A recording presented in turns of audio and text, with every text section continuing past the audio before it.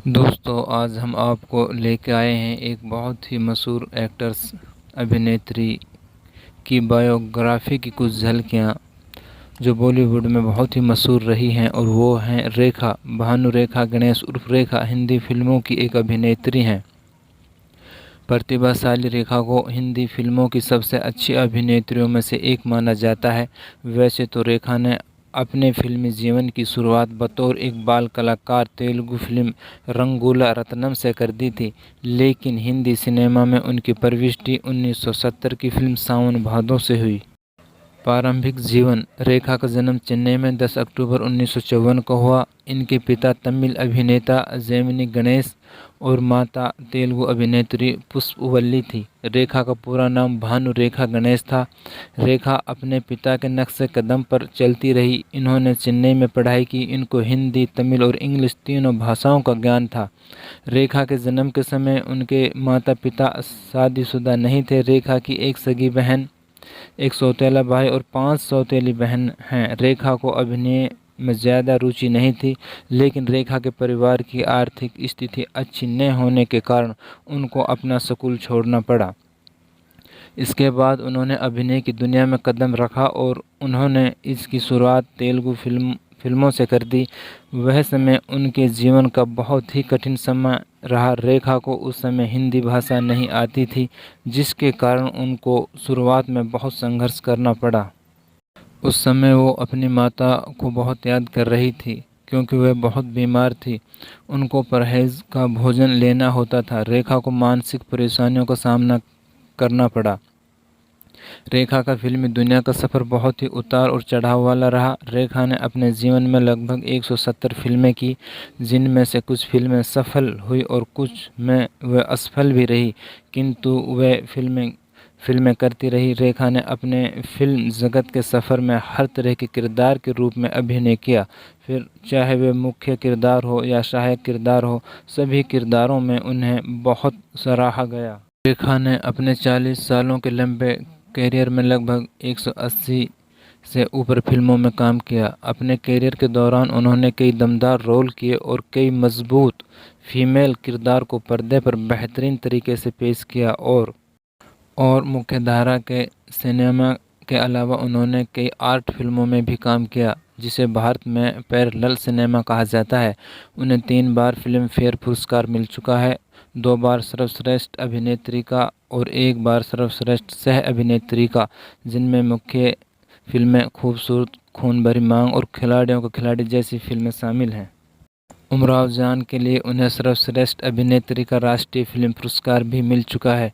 उनके कैरियर का ग्राफ कई बार नीचे भी गिरा, लेकिन उन्होंने अपने को कई बार इससे उभारा और स्टेटस को बरकरार रखने के लिए उनकी क्षमता ने सभी का दिल जीता। 2010 में उन्हें भारत सरकार की ओर से पद्मश्री सम्मान से भी नवाजा गया। वे बाल कलाकार के तौर पर तेलुगु फिल्म रंगूला रत्नम में दिखाई दी, जिसमें उनका नाम बेबी भानुरेखा बताया गया। 1969 में हीरोइन के रूप में उन्होंने अपना डेब्यू सफल Kannada film Operation Jackpot Nalli CID 999 से किया था, जिसमें उनके हीरो राजकुमार थे। उसी साल उनकी पहली हिंदी फिल्म अनजाना सफ़र रिलीज हुई थी। फिल्म के एक किसिंग सीन के विवाद के चलते यह फिल्म नहीं रिलीज हो पाई। बाद में इस फिल्म को 2 शिकारी के नाम से रिलीज किया गया। रेखा ने दिल्ली के प्रसिद्ध उद्योगपति मुकेश अग्रवाल से शादी की। 1 साल बाद जब रेखा लंदन में थी, तब उनके पति ने सुसाइड नोट, जिसमें लिखा था कि किसी को दोषी न ठहराया जाए, के साथ आत्महत्या कर ली, जिसके लिए रेखा को काफ़ी समय तक बहुत कुछ सहना पड़ा, पर बाद में वो निर्दोष साबित हुई। 1993 में रेखा के बारे में अफवाह उड़ी कि अभिनेता विनोद मेहरा के साथ उन्होंने शादी कर ली, परंतु 2004 में सिमी ग्रेवाल को दिए इंटरव्यू में उन्होंने इस शादी से इनकार किया और विनोद मेहरा को अपना शुभचिंतक बताया। रेखा अभी अपने बांद्रा में स्थित घर में रहती हैं।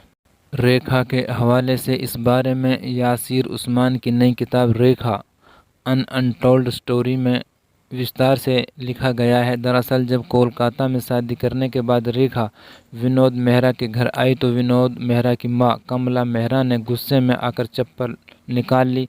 जैसे ही रेखा उनके पैर छूने लगी, तो उन्होंने उसे धक्के मारकर दूर हटा दिया।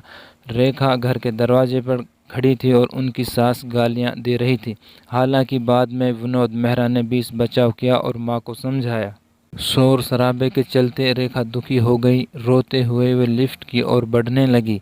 विनोद मेहरा ने रेखा से कहा कि अपने घर लौट जाएं और अभी वे वहीं रहें। बॉलीवुड में ऐसी बहुत सारी अधूरी प्रेम कहानियां हैं जिन्हें उनका मुकाम नहीं मिला, लेकिन रेखा की बात और है।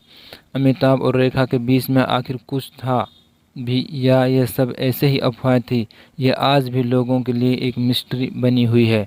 भले ही दो दिलों में पनपते प्यार को लोगों ने कुछ और ही नाम दिया हो, लेकिन दोनों ने प्यार की एक अलग मिसाल कायम की है। सिलसिला और सुहाग जैसी कुछ फिल्मों में ये दिखाई भी दिया। यूँ तो रेखा ने बहुत सी शानदार फिल्मों में काम किया, लेकिन जिन फिल्मों में रेखा का जादू सर चढ़कर बोला वह थी उमराव जान, खूबसूरत, सिलसिला, मुकद्दर का सिकंदर, खून भरी मांग, खिलाड़ियों का खिलाड़ी। उमराव जान में रेखा का अभिनय अपने शिखर पर था। इस फिल्म में उनके नृत्य कला की सबने तारीफ की। खूबसूरत के लिए रेखा को पहली बार फिल्म फेयर की तरफ से सर्वश्रेष्ठ अभिनेत्री का खिताब मिला।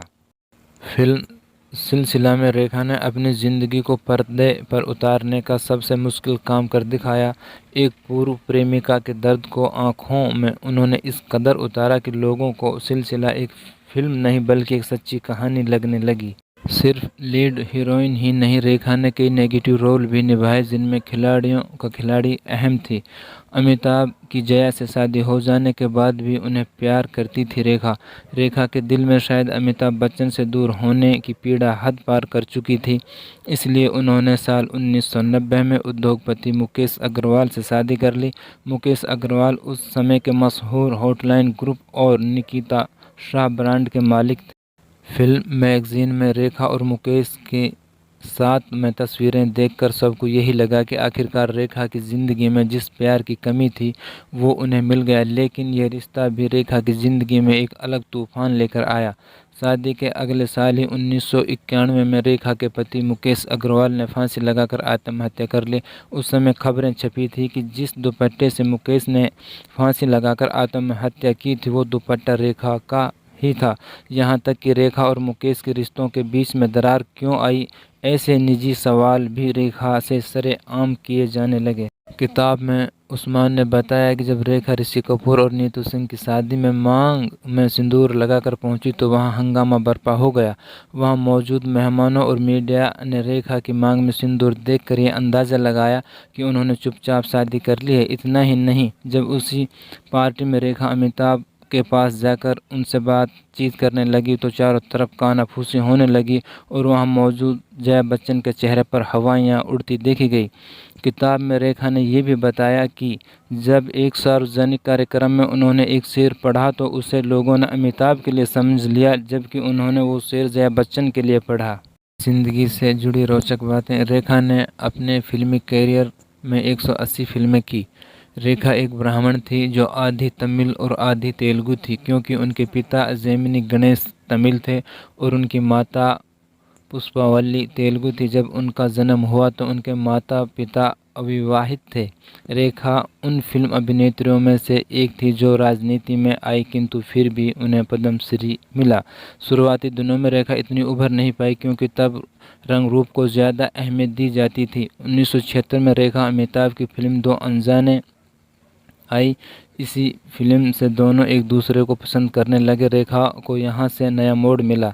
1978 की फिल्म घर में रेखा का कैरियर अतुलनीय रहा, जिसके कारण फिल्म फेयर अवार्ड के लिए नॉमिनेशन हुआ। 1978 में ही मुकद्दर का सिकंदर फिल्म रेखा की सफल फिल्मों में से एक है।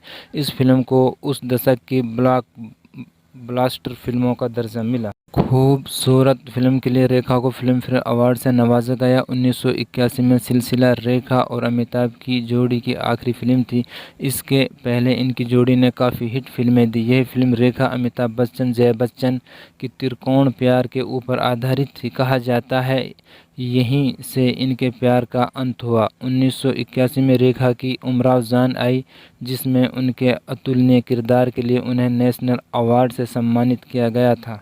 और सन 1996 में खिलाड़ियों का खिलाड़ी के लिए रेखा को तीसरा फिल्म फेयर अवार्ड मिला। रेखा को 1998 में अपना दूसरा फिल्म फेयर अवार्ड खून भरी मांग के लिए मिला। तो दोस्तों ये थी एक्टर्स अदाकारा रेखा की बायोग्राफी की झलकियाँ। आप लोगों को कैसे लगी कमेंट्स में बताना।